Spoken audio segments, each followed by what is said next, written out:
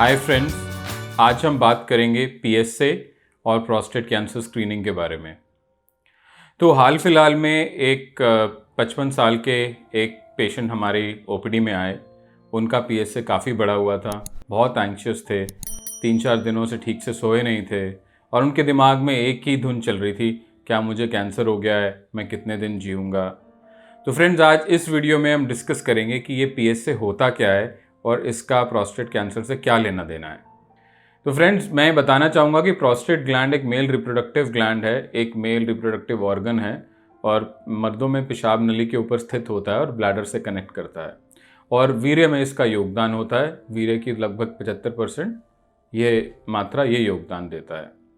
तो prostate cancer से लोग क्यों डरते हैं? प्रोस्टेट कैंसर से लोग इसलिए डरते हैं क्योंकि ये सबसे कॉमन मेल कैंसर है, जल्दी फैलता है और जब तक इसका पता चलता है मोस्टली ये फैल चुका होता है।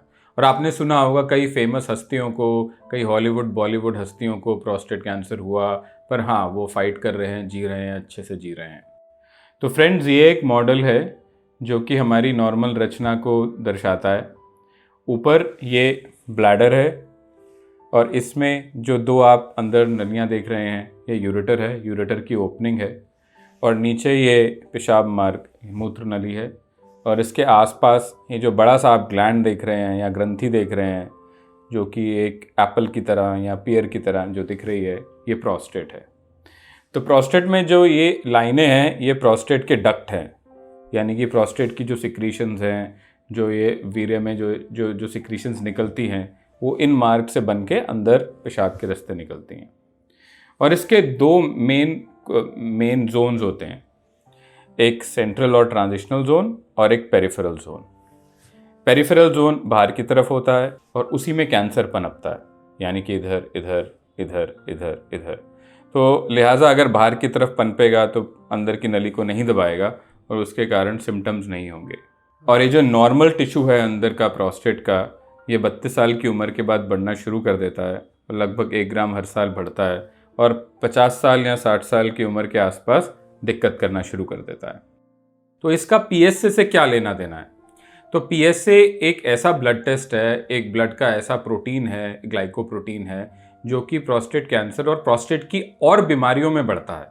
मैं दोबारा बोलूँगा, और बीमारियों में भी बढ़ता है, जैसे इन्फेक्शन, जैसे कोई और तरह की एग्जामिनेशन या पेशाब का रुकना, इन सब में भी बढ़ जाता है।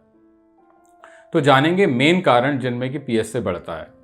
तो सबसे कॉमन कारण है प्रोस्टेट का इन्फेक्शन। जैसे जैसे उम्र बढ़ती है, प्रोस्टेट ग्लैंड बढ़ता है। प्रोस्टेट ग्लैंड के बढ़ने से पेशाब में रुकावट आती है। पेशाब में रुकावट आने की वजह से इन्फेक्शन के चांस बढ़ते हैं और जैसे जैसे इन्फेक्शन होता है, यूरिन में इन्फेक्शन होता है, प्रोस्टेट में इन्फेक्शन होता है और जैसा कि हम सबको पता है कि इन्फेक्शन होते ही इन्फ्लेमेशन हो जाती है उसी ग्लैंड की। जहाँ भी इन्फेक्शन होगा वहाँ इन्फ्लेमेशन हो जाएगी और ऐसे ही इन्फ्लेमेशन के चलते चलते प्रोस्टेट के इन्फ्लेमेशन में पीएसए बढ़ जाता है। और दोस्तों, अगर नॉर्मल भी हो पीएसए तो 50, नॉर्मल जो वैल्यू 4 से कम होती है, वो नॉर्मल लोगों में भी 50, 100, 200, 300 तक पहुंच जाती है। और यही मेन कारण है कि लोग इतने एंग्शियस हो जाते हैं। तो फ़र्क कैसे करें कि किसी पेशेंट को नॉर्मल पीएसए, यानी कि किसी इन्फेक्शन, किसी और रोग, नॉर्मल रोग जिसका कि दवाइयों के साथ ट्रीटमेंट अच्छा हो सकता है, उसके कारण पीएसए बढ़ा है, या किसी कैंसर के कारण पीएसए बढ़ा है। तो यदि किसी को पेशाब में बहुत ज़्यादा दिक्कत है, पेशाब में जलन, बुखार, या किसी को शुगर, या किसी को जैसे मधुमेह की कोई बीमारी है साथ में, तो ज़्यादा चांस है कि इन्फेक्शन की वजह से पीएसए बढ़ा है। और ये भी बात है कि पीएसए बहुत ज़्यादा मात्रा में बढ़ जाता है। इस सिचुएशन को अक्यूट प्रोस्टेटाइटिस कहते हैं और ये एक क्लिनिकल डायग्नोसिस होता है। इसमें हम दवाइयाँ देते हैं 2 से 3 हफ्ता और ट्रेंड देखते हैं पीएसए कैसा बिहेव करता है। मोस्टली पीएसए रिड्यूस कर जाता है। अगर रिड्यूसिंग ट्रेंड भी रहता है तो हम आगे इसको फॉलो करते हैं और मोस्ट केसेस, 90% केसेस में एकदम ठीक हो जाता है। बट हाँ, हमें ये जानना ज़रूरी रहता है कि प्रोस्टेट आखिरकार जो पेशाब में दिक्कत थी वो प्रोस्टेट के कारण थी या किसी और कारण थी, और प्रोस्टेट के कारण थी तो उसकी दवाइयाँ या उसकी और कोई ट्रीटमेंट लंबी चलती है। तो फ्रेंड्स, और क्या कारण है जिसमें पीएसए बढ़ता है? अक्यूट रिटेंशन ऑफ यूरिन, पेशाब एकदम रुक गया किसी भी कारण, प्रोस्टेट के कारण, स्ट्रक्चर के कारण और कोई प्रॉब्लम के कारण, तो भी पीएसए बढ़ सकता है। डिजिटल रेक्टल एग्जामिनेशन यानी लैट्रिन के रास्ते के द्वारा प्रोस्टेट की जांच। और ये प्रोस्टेट की जांच कई बार करी जाती है, कई बार पाइल्स देखने के लिए, कई बार प्रोस्टेट की वैसे ही स्क्रीनिंग के लिए ये जांच करी जाती है और इसके द्वारा भी पीएसए लगभग 2 गुना तक बढ़ जाता है। तो जानेंगे पीएसए का मेन मकसद क्या था। पीएसए का मेन मकसद था प्रोस्टेट कैंसर का अर्ली डायग्नोसिस, जहाँ पे उसका ट्रीटमेंट टाइम पर हो पाए।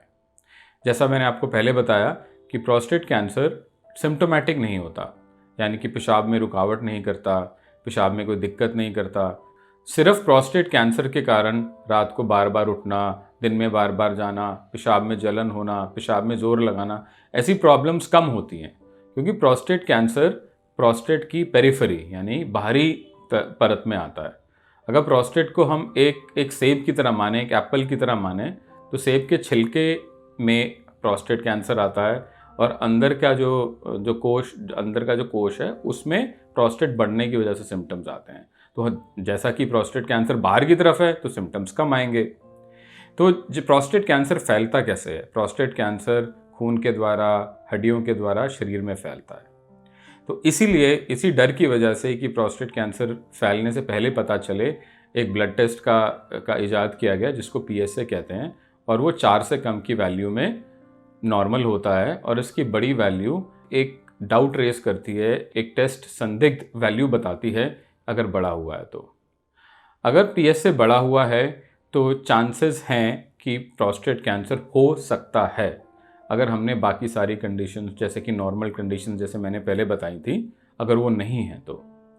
अगर पीएसए बढ़ा हुआ है और डिजिटल रेक्टल एग्जामिनेशन, जो कि दूसरा स्तंभ होता है प्रोस्टेट कैंसर स्क्रीनिंग का, लैट्रिन के रास्ते के द्वारा, लैट्रिन के मार्ग के द्वारा प्रोस्टेट को एग्जामिन करने का, उनमें कोई नोड्यूल या हार्डनेस या उसमें कोई गांठ महसूस होती है तो हमें उसकी आगे जांच करनी पड़ती है। यदि पीएसए बढ़ा हुआ है और एग्जामिनेशन नॉर्मल है तो हम उसको फॉलो कर सकते हैं, एक बार एंटीबायोटिक का कोर्स दे के देख सकते हैं कि कैसा रहा, और अगर बढ़ा हुआ रहता है तो हम आगे उसे एमआरआई के द्वारा जांच पड़ताल कर सकते हैं, और इफ़ इंडिकेटेड तो बायोप्सी भी कर सकते हैं। दोस्तों, बायोप्सी एक अपने में अलग प्रोसीजर है, उसकी हम अगली बारी में चर्चा करेंगे। उसके साथ ही साथ एमआरआई जो प्रोस्टेट के लिए किया जाता है उसके बारे में भी अगली बारी चर्चा करेंगे। आज बात करते हैं कि पीएसए किस किस को कराना चाहिए।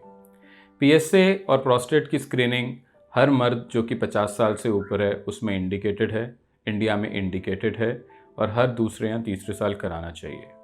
यदि आपके फादर को या फर्स्ट डिग्री रिलेटिव यानी आपके चाचा को, आपके भाई को, किसी को भी अगर प्रोस्टेट कैंसर की हिस्ट्री है तो आप अपना पीएसए ज़रूर कराएं, और अगर आपके फादर को प्रोस्टेट कैंसर था तो आप 45 साल के बाद अपना पीएसए टेस्ट ज़रूर कराएं। ये पीएसए टेस्ट लाइफ लॉन्ग कराना चाहिए, हर दूसरे तीसरे साल कराना चाहिए, और एक हेल्थ चेकअप का पार्ट होना चाहिए। यदि पीएसए बढ़ेगा, ये ज़रूरी नहीं है कि अगर आपका पीएसए आज नहीं बढ़ा तो लाइफ लॉन्ग नहीं बढ़ेगा। पीएसए बढ़ सकता है, पीएसए ग्रेजुअली एक कगार पे बढ़ते रह सकता है, और अगर वो उस कगार पे बढ़ते रह रहा है तो हमें उसकी आगे इवैल्यूएशन बहुत ज़रूरी है। मैं ये मैसेज देना चाहूँगा दोस्तों, पीएसए बढ़े हुए से डरने की ज़रूरत नहीं है। इसके बहुत कारण हो सकते हैं। सबसे कॉमन कारण इन्फेक्शन है, प्रोस्टेट का नॉर्मल बढ़ना है, बट हाँ, इसका एक कारण प्रोस्टेट कैंसर भी है जिसका हमें ध्यान देना चाहिए, और अगर बढ़ा हुआ है तो उसकी आगे जांच पड़ताल करनी चाहिए, बायोप्सी करनी चाहिए। बायोप्सी एक छोटा सा प्रोसीजर है और इस कैंसर के सभी ट्रीटमेंट सभी स्टेजेस में बहुत बढ़िया अवेलेबल हैं।